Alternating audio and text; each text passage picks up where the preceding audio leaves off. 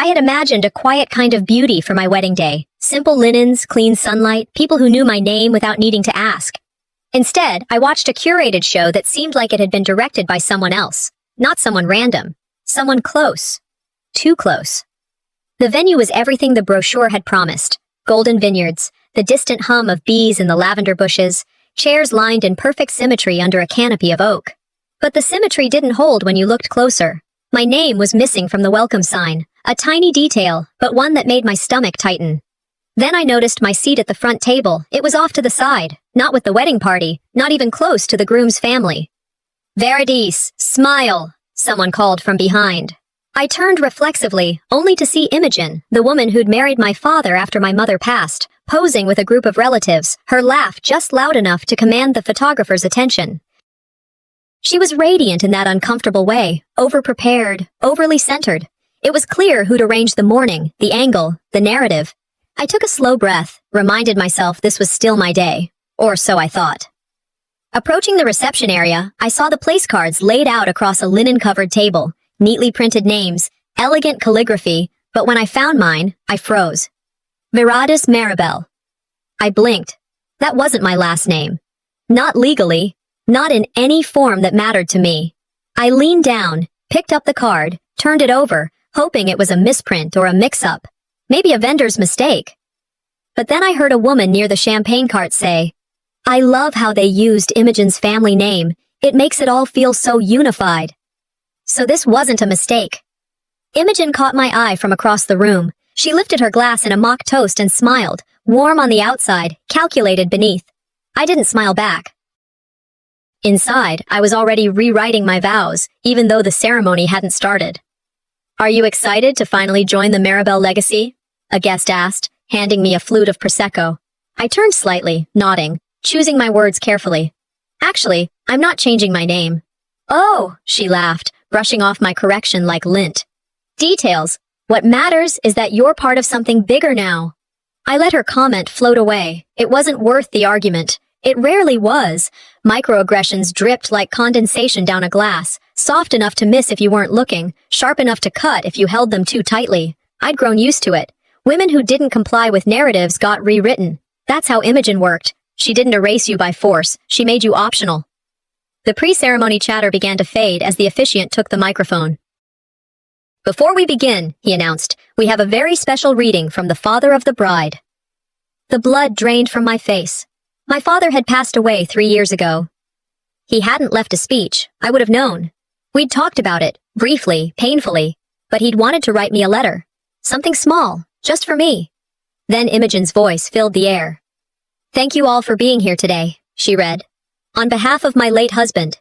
He would have been so proud to see the incredible woman Veridis has become, and he would want me to thank everyone who shaped her into the person she is today." She went on, listing names I barely recognized. Never once mentioning my mother, never once using my full name. People applauded. Some dabbed their eyes. I stood still, fists curled under the silk of my dress. "She took my name," I whispered internally. "She took my bloodline.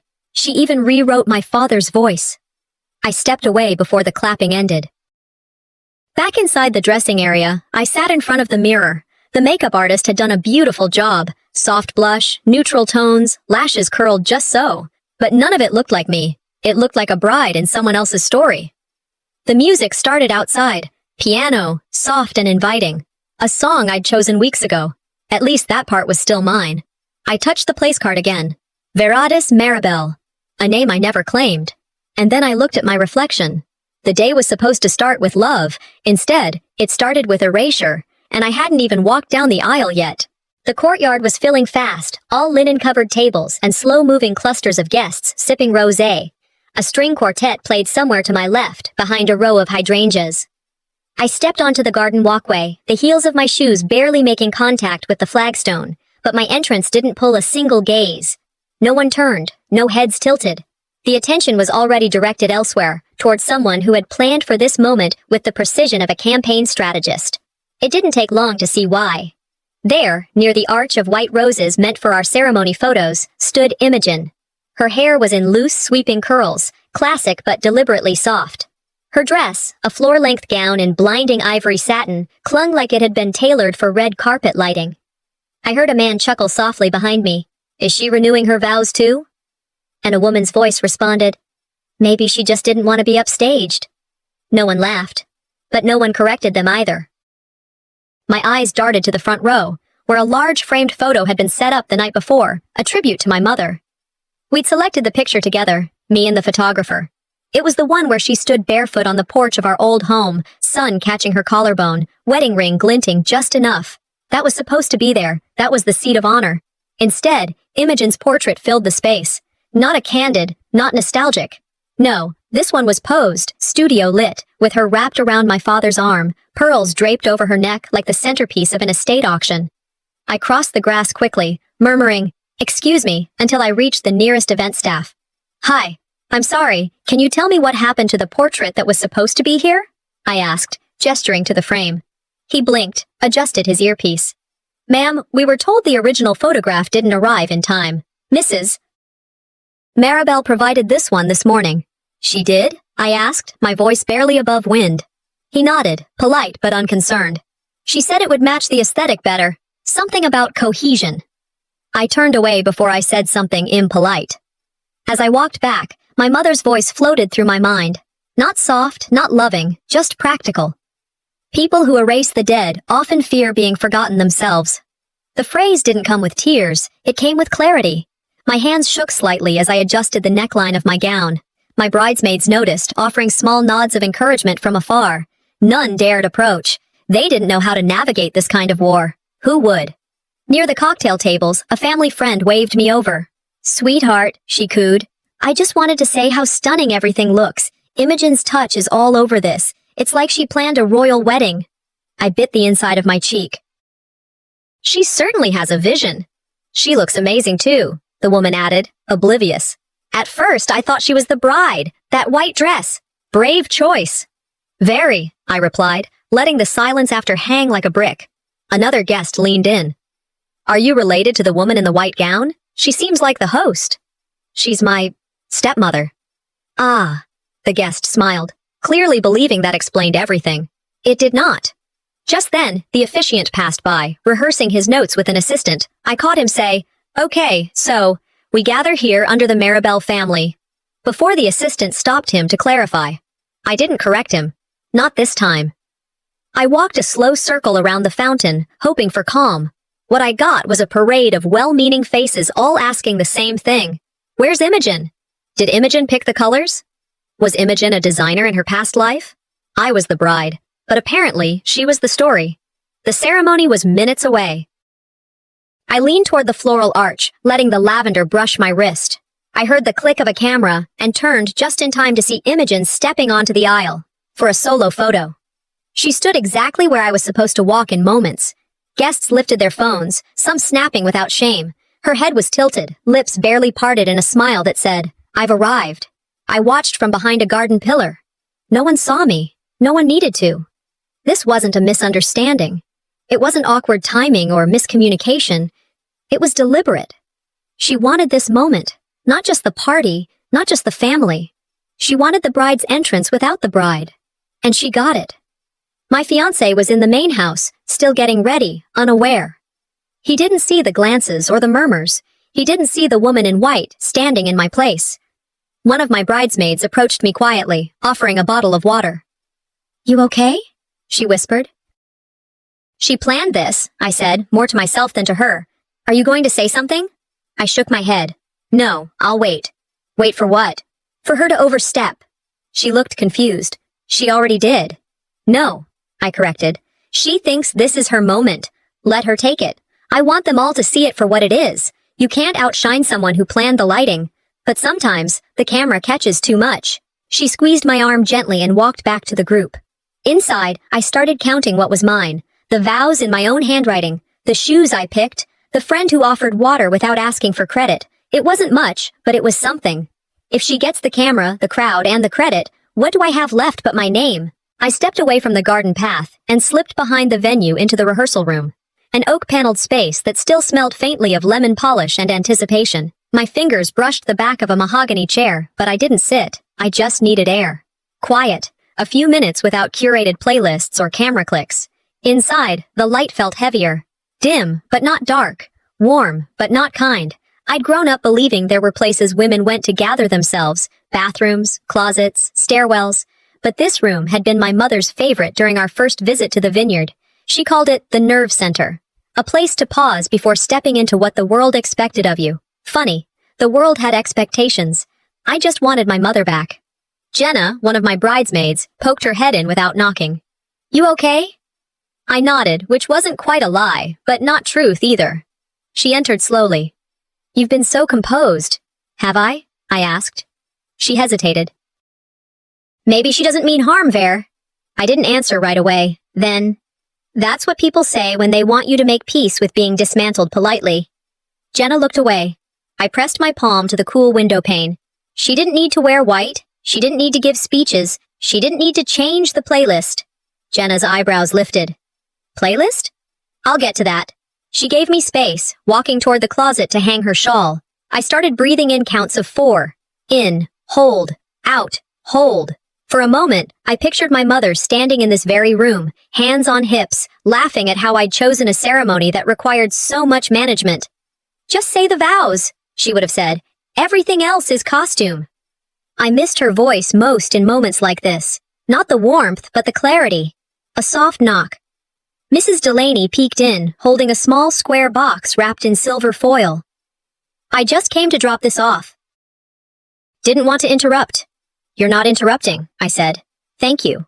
She stepped closer. "It's not much. Just something old. From your mom, actually. Found it in a box when I was clearing my attic last month. Thought you should have it." I smiled, genuinely. "She loved your attic." Mrs. Delaney chuckled, then looked down. "It still feels wrong she's not here." "She is," I said softly. She placed the box on the table. "You know, Imogen did so much after your mother passed. Took care of the insurance mess. Really stepped up." I paused. "What did you say?" She smiled, thinking it was a compliment. "Oh, the policy stuff. Life insurance is a beast, isn't it? She handled most of it after the accident. At least that's what your father said." "But Imogen wasn't his wife then." Her smile faded. "Oh, well, I assumed she was helping early on. Maybe I got the dates wrong." She stepped back toward the door. "Anyway, enjoy the gift, sweetheart." I stared at the box after she left, a slow burn crawling up my chest.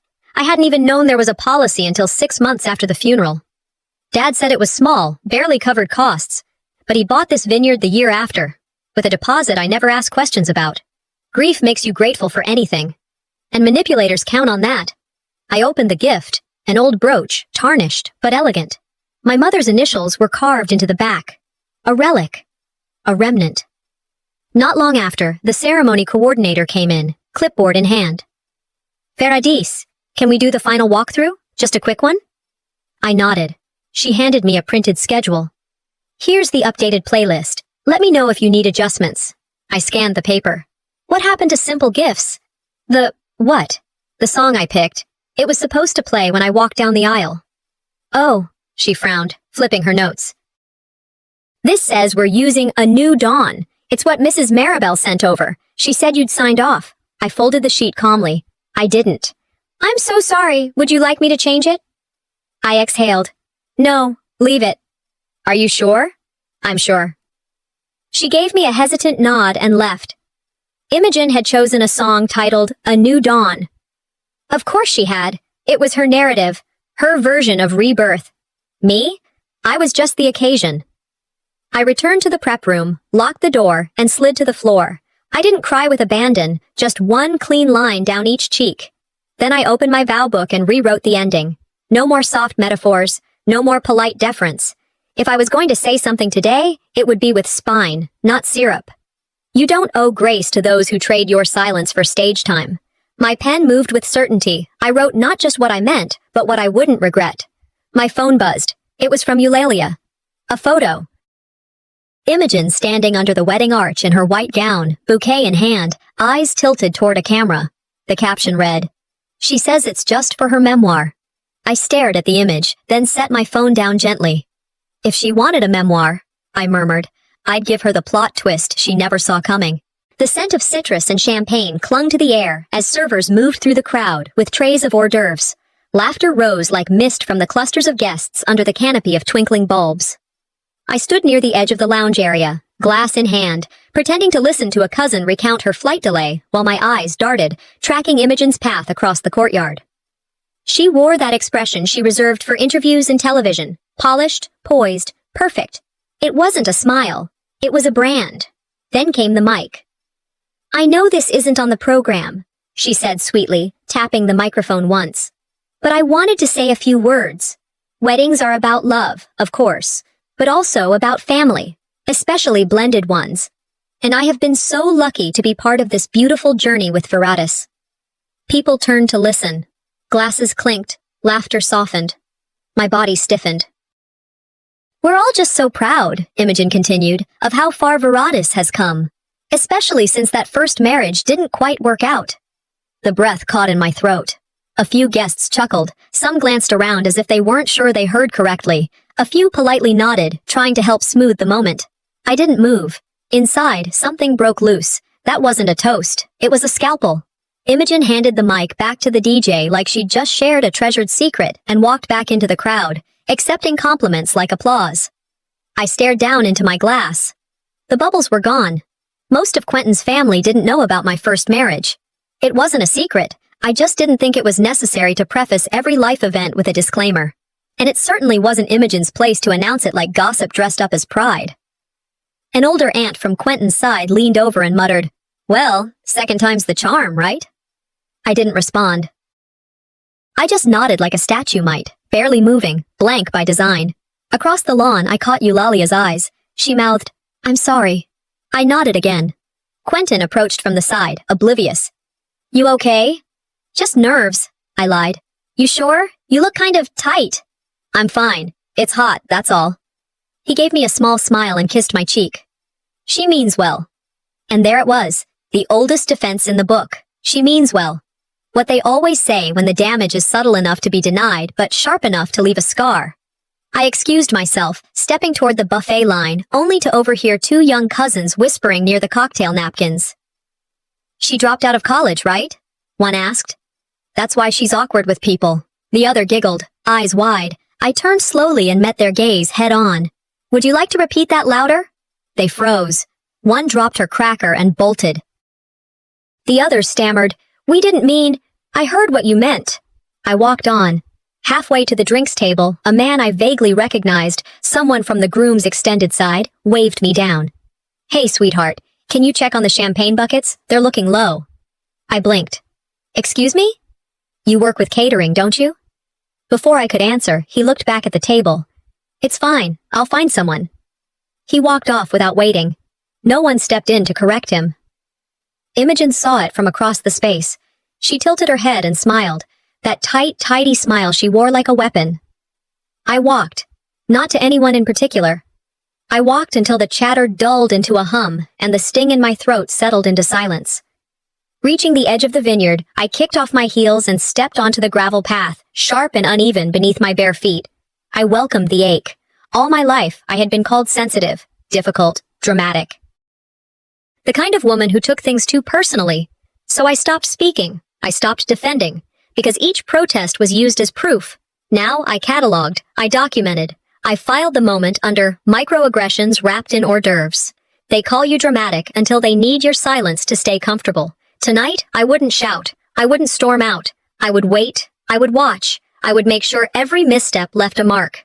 My phone buzzed. An unknown number. Just a photo. A snapshot of the rehearsal dinner place cards.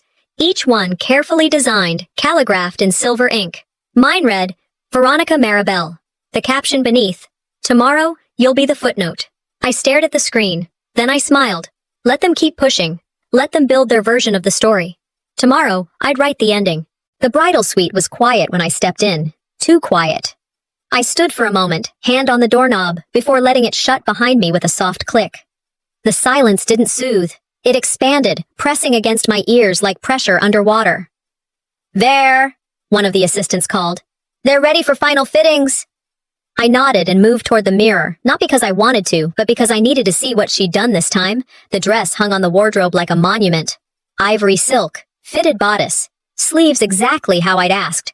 But the second I stepped into it, something was wrong. The fabric didn't hug, it hung. The waist was too wide, the chest too loose. I didn't need a measuring tape to know this wasn't how I'd ordered it. "Can you zip the back?" I asked the seamstress quietly. She struggled, then cleared her throat. "Actually, we adjusted it yesterday. Your stepmother asked." "She said you'd had a stressful week and might be more comfortable with extra space." I turned to look at her. "She said that?" The woman nodded, avoiding my gaze. "Did she also pick this shade of lipstick?" I asked. The seamstress stayed silent. Across the room, my bridesmaids pretended to fix their own makeup. No one knew what to say. One finally whispered, "You look great, really." "I look like I'm dressed for her apology," I replied. And that was the truth. This wasn't about the dress fitting me. It was about me fitting into the story Imogen wanted to tell, one where I was insecure, soft, manageable. But I wasn't going to give her that. I let them finish pinning and prepping, then walked into the main hall for the final run-through. The planner handed me a scroll. "Here are the vows. Let's do one dry pass." I opened it and stopped. The words weren't mine. "Marriage is the joining of two worlds under one guiding hand," I read aloud, then looked up. "That's not what I wrote." The planner blinked. "Excuse me?"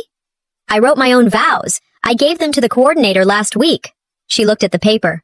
"This came in yesterday, from Mrs. Maribel. She said it was updated, approved by you." Of course she did. I folded the vows back up calmly and handed them back. "We won't be using these." The planner hesitated. "Do you want me to find the originals?" "No. I have them."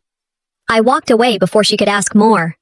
Back in the suite, I dug through my clutch. Beneath tissues, mints, and a backup lipstick, I found the folded pages I'd written weeks ago. The ink was slightly smudged from being handled too many times, but the words were intact.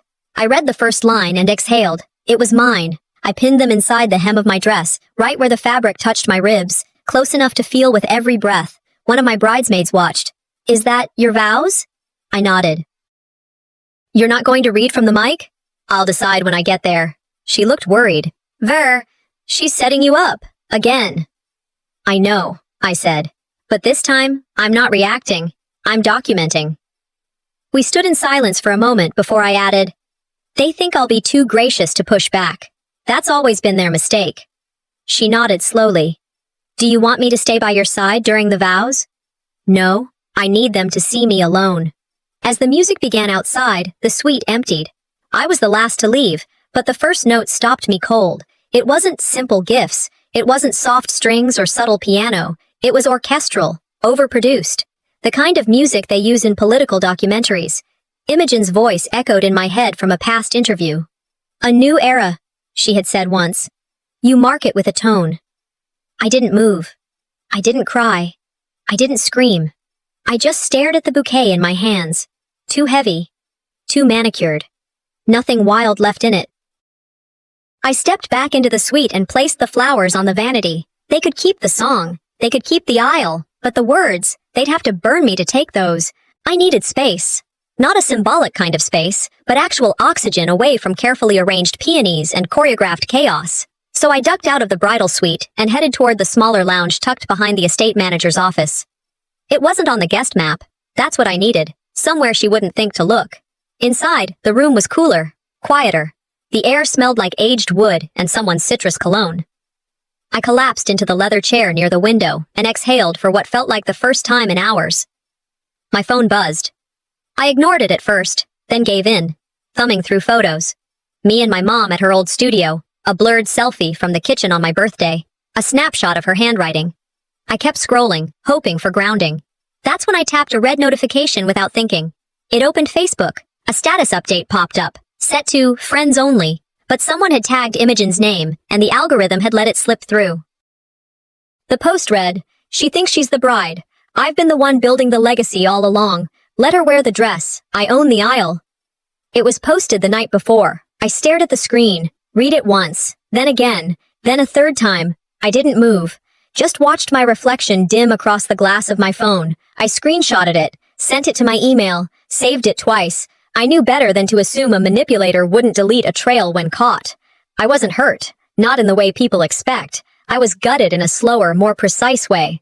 The kind that hits when you realize you were never part of the picture. just part of someone else's proof. My phone buzzed again. A knock on the door. One of the estate staff. He held out a manila envelope labeled vendor receipts. "Your stepmother said to give this directly to you," he said. I took it without a word. He nodded, awkward, and left. I opened the envelope. There, tucked between catering invoices and final floor plans, was a copy of the deed to the vineyard. I almost laughed. A piece of paper this ordinary shouldn't have felt so brutal. But it did. Because the name at the bottom, the new legal owner, wasn't mine. It wasn't even my father's. It was Imogen Maribel. I flipped back through the documents, my pulse quickening. The purchase had gone through less than 6 months after my mother's funeral. The original down payment had come from the insurance claim, something Dad had told me was minimal, just enough for funeral expenses and some leftover college bills. But the math didn't lie, and neither did the notary stamp. I dialed the vineyard office, hand shaking. A woman answered. "This is Melody." "Hi, this is Veritas Talitha. I'm calling about a title revision on the property. I'm seeing a name change. Imogen Maribel?" "Yes," she said, voice smooth. "That revision was processed a few months ago." "Was there an ownership transfer agreement?" "There was. Your stepmother signed the documents in person. Everything is on file." I hung up before I said something reckless. Everything in my chest felt tight. This wasn't just about the wedding. This land was my father's last decision. Bought in grief, maybe. Bought too quickly. But it was ours. Or so I thought. Turns out I was just renting the ceremony. I stood in front of the full-length mirror. My reflection didn't look broken. It looked exposed. I stared at the seams of the dress, the way the fabric fell differently after the alterations, at how the neckline had been softened, the waist let out. I whispered aloud, "No more giving the benefit of the doubt to people who bankrupt me emotionally." Then I pulled out a pen from my purse and wrote my mother's name, in cursive, inside the sleeve cuff. Small. Just enough that I'd feel it against my wrist. A staff member knocked again, telling me the ceremony was lining up. I nodded calmly and reached for my phone. I texted my attorney, "Sent you screenshots of an FB post plus property docs, confirming fraud based on original intent plus timeline. Thoughts?" The reply came instantly. "We can pursue this. Fraud under inheritance code. It's actionable. You're not alone." I let out a breath I didn't realize I'd been holding, put my phone down, adjusted my earrings, smoothed the hem of the dress that wasn't quite mine anymore, and walked back toward the aisle. If she wanted a ceremony, I'd give her one, just not the kind she could control. The air was thick with artificial cheer. I made my way through the crowd, careful not to scuff the hem of the dress that had already betrayed me once. I was summoned, no, invited, to the lounge area by one of Quentin's aunts, who thought it would be good for everyone to see the bride mingle before the big walk. I obliged, because I had learned to show up, not because they deserved it, but because I wanted the evidence. "Veritas, so glad to finally meet you." A tall man in a beige linen suit greeted me with both hands clasping mine. "Quentin's been telling us how grounded you are, not flashy at all, exactly what the family needs." I smiled. "That's kind of him." Another woman stepped forward, clutching a glass of Chardonnay. "He said you know how to balance strong personalities. It's rare these days to find someone so agreeable." I bit down gently on the inside of my cheek. "Thank you," I replied, nodding once. More guests joined in. Compliments, all curated to sound flattering, but something felt rehearsed, as if someone had passed around a script titled How to Compliment Veritas Without Making Her Too Big. It was subtle, polite, deadly. They knew my image, not me. I scanned the space. Where was Quentin? A few minutes later, I wandered toward the side hedge near the courtyard. That's when I heard them, his voice and hers. "You've got this," Imogen said, her tone low but sharp. "Just don't forget to say how grateful you are. People respect a woman who knows she's been given a chance." "I'll remember," Quentin replied. "Touch on the journey. Make it sound like she's grown through adversity. Don't make it about her achievements. Make it about how you stood by her." "Right. And don't let her get too emotional up there. Stay calm. Reassure the guests she's grounded. We don't want drama." I didn't move, didn't breathe. This wasn't about helping. It was about control. Not just over me, but over how I was to be interpreted, managed, delivered. They hadn't just groomed him for marriage, they'd groomed him to manage me. I backed away slowly, returned to the garden bar where the clink of ice and small talk still ran like background noise. A woman I recognized as one of Imogen's friends beamed at me. "Darling, congratulations! And oh, how exciting! Imogen told us the vineyard's hers now. Perfect timing, right? It'll be such a prestigious addition to the family legacy." I stared at her, then smiled. "Prestige built on inheritance theft?" I said sweetly. "How quaint." Her face paled. The small circle around her froze. She laughed awkwardly, eyes darting left and right. I didn't wait for a reply. I turned and walked. I didn't walk fast. I walked like someone who had decided her time wasn't theirs to waste anymore. Inside the hallway, I paused. How many times had I been told to be the calm one? The peacemaker. The rational voice in the room? I used to think being composed meant being wise, that silence was strategic, that not reacting was a kind of elegance. But silence in this family was a tool, a lid, a lock, a leash. Silence is not a lack of opinion, I whispered to myself. It's often the burial site of too many. I stepped into the dressing suite and opened my phone, typed a short message to my lawyer. "Confirm vineyard ownership filing from probate case number 0467. Need documentation. Timeline matters." Sent. Then I bent down and pulled out a second pair of shoes. Flats, clean, neutral, comfortable. "If I'm going to war," I muttered, "I won't do it in heels." I stood, straightened the dress, checked my reflection. They thought I was the one being walked down an aisle. They had no idea I was walking into the fire, and they'd already lit it. They groomed him to handle me. Now I'll show them what happens when I handle the truth. The chairs were being set, row by row, each with a small satin ribbon and a lavender stem tucked neatly under the name cards. Guests mingled near the wine barrels, sipping, whispering. I stayed just behind the curtain of ivy that lined the archway entrance, hidden, but not hiding. The heat in my chest hadn't cooled since I'd changed into flats and sent the legal message to my attorney. And now, as the ceremony loomed, I couldn't shake the feeling that I was watching someone else's show. Near the front, Imogen stood surrounded by staff. She directed the photographer's angles, approved the floral positioning, and even corrected a planner's clipboard. "She's the mother of the bride, right?" someone asked nearby. "No," another guest answered. "She's the one running everything, practically the host." I clenched the vow card in my hand tighter. Sometimes silence doesn't preserve peace, it poisons it, and today the poison was bubbling just beneath the champagne. I stepped forward slightly, just in time to hear a little voice behind me. "Are you one of the assistants?" I turned. A small girl, probably 7, stared up at me, fidgeting with the bow on her dress. Before I could answer, Eulalia appeared at her side. "She's not an assistant," she said firmly. "She's the bride, the one who lost everything to make this day beautiful." I blinked at her. Eulalia, so quiet all week, now stood like stone. Imogen's voice snapped from across the path. "Let's not start dramatics on such a hopeful day." A relative nearby chuckled, leaning toward the little girl. "Imogen has always been the heart of the family. She's just irreplaceable." I didn't move, didn't flinch.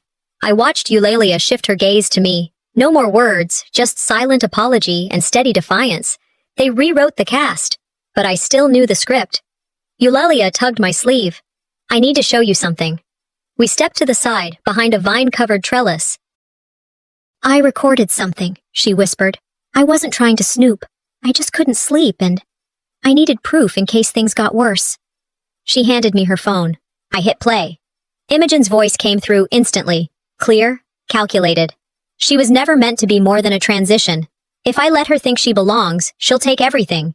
And I didn't spend 10 years managing this family to hand it to someone who didn't earn their place. I didn't blink. I didn't even breathe. 47 seconds. That's all it was. But it was everything. Then, before I could even return the phone, a crackle rang out from the main speakers by the ceremony arch. The audio had synced, Eulalia's phone, through the test mic channel, and it played, every word, louder than Imogen's curated playlist. The courtyard fell into silence, one gasp, then another, then murmurs, rising like static from every corner. Imogen turned, stunned, frozen mid-pose as camera flashes caught her mid-expression, eyes wide, lips parted in horror. I stepped out from behind the trellis. The officiant scrambled forward. "Ladies and gentlemen, we, apologize for the technical—" "Don't," I said calmly. I walked straight down the aisle meant for me. Not to meet a groom, not for photos, but to meet truth. Imogen didn't speak. She couldn't. Her mouth opened, but nothing came out. I stood in the center, turned to face her. Legacy isn't taken, I said. It's lived. I didn't elaborate, didn't justify, didn't beg the crowd for understanding, because I didn't need to. Eulalia walked to her seat, cheeks flushed but proud. And when she passed Imogen, she didn't look at her. The guests didn't clap.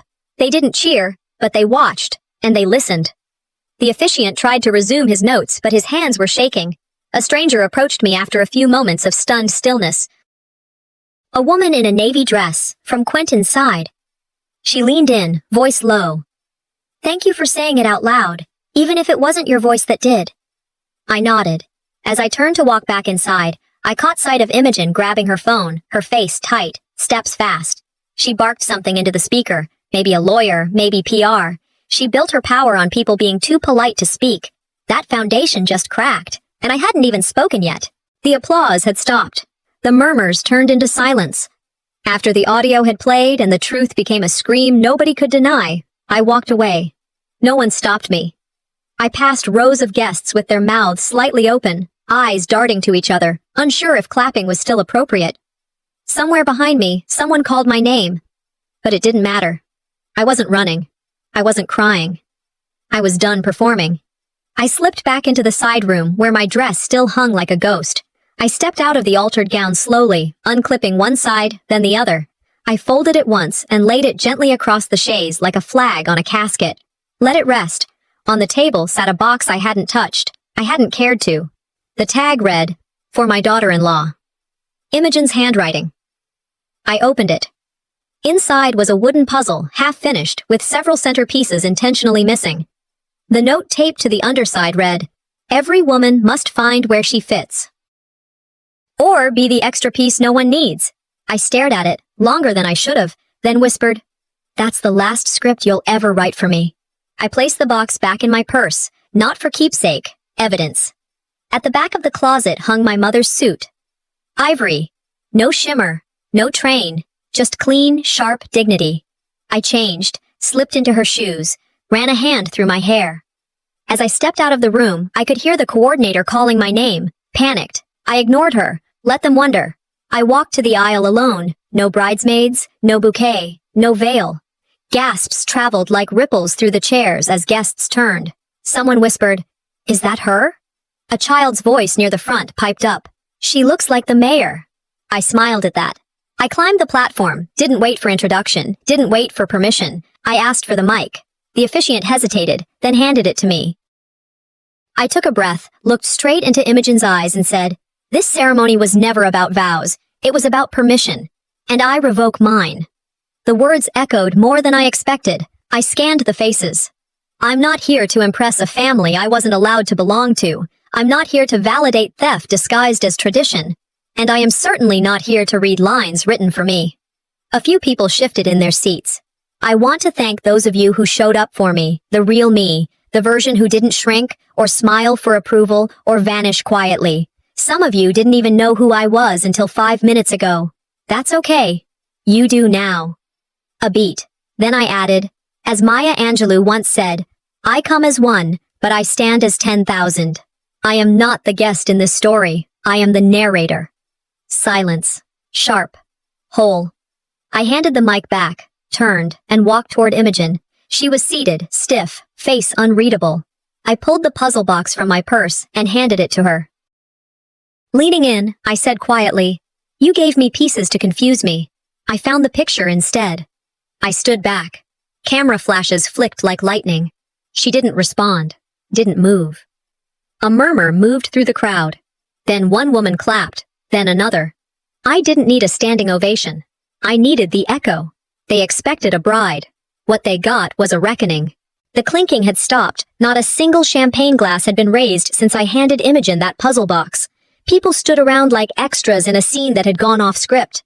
I could hear chairs being adjusted, someone coughing too loud, a murmur of, "What now?" sweeping through the courtyard like wind across dry leaves. A woman brushed past me, whispering, "Powerful, dear. Just, wow." Another man muttered to his wife, "That wasn't in the program." I didn't respond. I wasn't performing. They expected a toast. Instead, they got a tectonic shift. Imogen stood frozen near the main bar, trying to summon that controlled smile she'd trained into muscle memory. It faltered at the corners. From behind me, someone tapped my shoulder. My cousin, Naomi. "There," she said, lowering her voice. "You should see this." She turned her phone screen toward me. The live stream of the ceremony, which had been shared on the Vineyard's official page, was playing. Except, I wasn't in it. The camera had focused solely on Imogen, the arch, the guests clapping, the aisle. Not a single frame had captured me speaking. The comments scrolled below.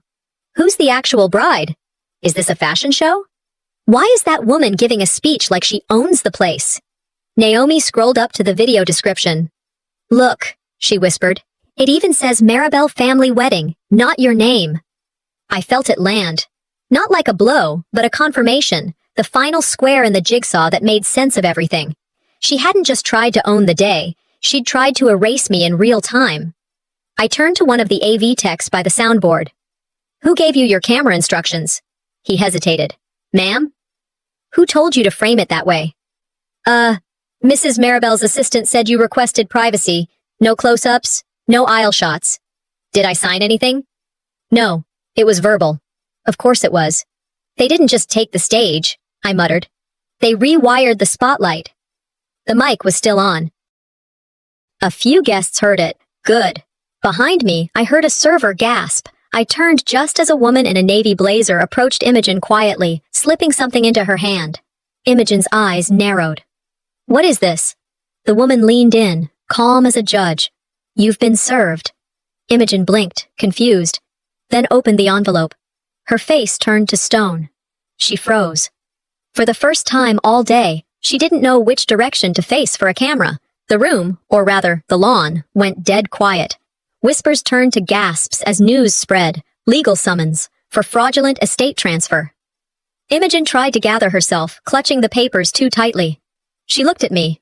I looked back. Neutral. No rage, no tears, just knowing. I didn't need to fight her. I just needed to finish the paperwork. She spun to her assistant. "Get the car, now!" They disappeared into the crowd. Quentin started toward me from the edge of the terrace. I turned before he could speak. No confrontation. No theatrics. Let him chase a ghost of a woman he never bothered to learn. The music never restarted. The speeches were canceled. The tray of champagne flutes remained untouched. I walked to the edge of the lawn, found the quietest spot under the pergola near the rose hedge, and sat alone. No veil, no audience, just breath. My phone buzzed again. Messages? Dozens, one from a reporter I didn't know. "Would love your comment on what just happened. Major story unfolding." I typed one sentence. "Not today. Let them write what they saw, not what they were told." I hit send and tossed the phone on the table. A few feet away, a bridesmaid found me. "What happens next?" she asked. I took off my earrings slowly, smiled. "This wasn't the end of something," I said. "It was the beginning of not pretending." I stood up, took one last look at the venue that had tried to swallow me, and walked toward the gate, not looking back. Let the record show. She did not leave in shame. She left because the room was no longer worth staying in. The door clicked behind me like the closing line of a play I never agreed to star in. Inside the bridal suite, the silence was thick, almost rehearsed, like even the furniture knew not to speak. I didn't turn the lights on. I wanted the dim, the quiet. Just me and the mirror. I reached for a tissue, not for tears. Those had dried up chapters ago, but to start wiping off the makeup I hadn't asked for. The contouring, the shimmer, the illusion of calm. My hand trembled slightly. I kept wiping. The mirror didn't reflect a bride. It showed a woman unlearning how to please a room. My phone buzzed on the vanity, again, and again. I turned it over, face down. I wasn't abandoning the day. I was surviving it. A soft knock. I didn't answer. Then another, lighter. I opened the door an inch. A little girl stood there, brown curls, flower crowns slightly crooked. "I'm sorry," she whispered. "I just wanted to say." She fidgeted. "My mommy said you were brave." "I heard the lady call you names." I knelt, leveled with her. "You heard that?" I asked gently. She nodded. "But mommy said grown-ups who lie are scared, and that you're not the scary one." I didn't know what to say, so I just hugged her. She squeezed tightly and whispered, Don't be sad. You're still the bride, even if you don't wear the dress. And just like that, I felt it. Not vindication, not closure, recognition. Children don't miss lies. They remember silence. I stood, thanked her, and sent her back toward her parents. Then I sat again. My reflection looked softer, not sadder, real. The phone buzzed. Again. Quentin. I let it ring twice, then picked up. There, he started, voice rehearsed. That was a lot. I think people are confused. Maybe we could meet? Talk it through? Talk what through? I asked. You know, the tension, the awkwardness.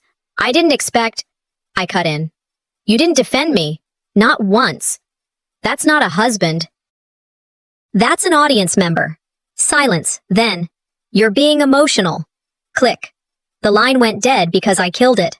I stood, walked out of the suite and down the side path into the vineyard garden.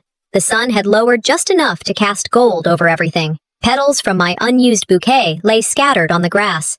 Not trampled, unclaimed. I looked up at the sky. No prayers. Just decisions. Back in the room, I grabbed my journal, the one I hadn't touched in over a year. I carried it to the bench and sat beneath the pergola, wind moving soft through the vines. I opened to a blank page and wrote the first sentence without hesitation. The room I left was never mine to begin with, but what I build next will be. My phone buzzed again. This time it was from Ava, one of my bridesmaids. Proud of you. Let's get wine tomorrow. I smiled. Slipped the journal back into my purse. No tears, no breakdown. Just decisions. I may have walked out of a wedding, but I walked back into myself. No flowers, no champagne. But this felt more like a ceremony than anything wrapped in tulle or hidden behind rented arches. I stepped out of the black car in a charcoal gray suit. Not flashy, not bridal. Just mine. My heels clicked against the steps of the Napa County Superior Courthouse, a rhythm steadier than any wedding march I'd ever imagined. My lawyer met me at the top of the stairs. He didn't say good morning, just handed me the file, opened the door and said, "Today, we get to close a file she never thought we'd open." I nodded. And we're going to open a few she never knew I kept. Inside the courtroom, it was quiet. Not out of reverence, but anticipation. It smelled like polish and old paper. The judge's bench sat centered like an altar. The mic in front of me had no veil, no vows. I never got an aisle, but I got a bench, a mic, and a truth they couldn't unhear. When they called my name, I stood tall. I took the stand, looked at the judge, and began. I spoke of my mother's estate, the insurance payout that somehow disappeared, the deed to the vineyard my mother saved for in silence, the manipulated paperwork, Imogen's forged narratives, the transitions that weren't transitions, just thefts with lipstick. The evidence spoke louder than I ever could. Screenshots of conversations, audio from Eulalia, transaction timestamps, witness testimonies. It all built like a crescendo, not emotional, just undeniable.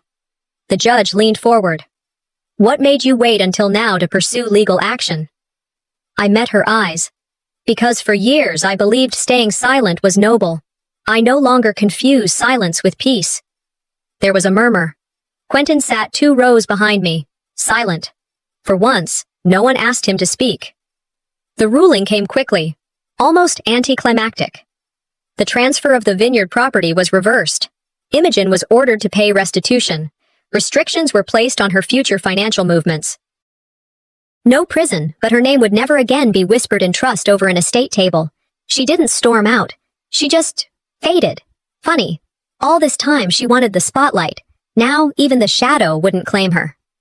Outside the courthouse, the air tasted different. Eulalia hugged me tightly, her eyes damp but smiling. My former bridesmaid Ava handed me my phone. "You're trending," she said with a smirk. I glanced at the screen. Headlines everywhere. Not because I was dramatic, but because I stopped letting other people curate my dignity. I turned to my lawyer. "I'd like to move forward with the annulment." He raised an eyebrow. "Any particular reason now?" I handed him the wedding ring, placed inside a folded napkin. "Include that in the donation box," I said. This wasn't about heartbreak. This was about clarity. Some people say love is the foundation, but boundaries, that's what keeps it standing. As we spoke, cameras clicked. Not at me, but toward the car waiting across the street. Imogen's silhouette ducked into the back seat. Her face, for once, behind glass, hidden. I didn't chase her with words. I didn't need to. By nightfall, I was back in my apartment. Quiet. Clean. At the kitchen counter, I poured myself a cup of black coffee. My mug read, "Build your own damn castle." I smiled and opened my laptop. The manuscript was already complete. The final chapter had been waiting on this moment. Chapter title, The Wedding That Freed Me. I printed the last page, folded it, slipped it into an envelope addressed to a publisher that once rejected me for being too emotional for nonfiction.